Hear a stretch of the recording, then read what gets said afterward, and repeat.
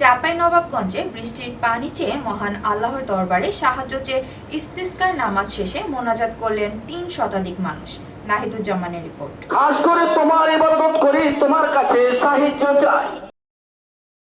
গেল বৃহস্পতিবার সকালে হামিদুল্লাহ উচ্চ বিদ্যালয় জামে মসজিদের ইমাম মাওলানা মোহাম্মদ আমিনুল ইসলামের ইমামতিতে জেলা শহরের নামশঙ্করবাটি ভবানীপুর এলাকায় বৃষ্টির জন্য ইস্তিসকার নামাজ আদায় করেন মুসল্লিরা। তালিমুল কোরআন মডেল মাদ্রাসার আয়োজনে স্থানীয় বিভিন্ন বয়সী মুসল্লিরা অংশগ্রহণ করেন। নামাজ শেষে দুহাত তুলে মহান সৃষ্টিকর্তার নিকট ক্ষমা প্রার্থনা করে গরম থেকে মুক্তি, ফসল রক্ষা ও বৃষ্টির জন্য দোয়া করেন তারা। এ সময় চোখের পানি ফেলে মহান আল্লাহর নিকট ক্ষমা চেয়ে বৃষ্টি প্রার্থনা করেন তারা। মুসল্লিরা জানান, সারা দেশের মতো অনাবৃষ্টি ও তাপদাহে পড়ছে চাঁপাইনবাবগঞ্জ, তাই বৃষ্টির জন্য হাহাকার পড়েছে জেলা জুড়ে।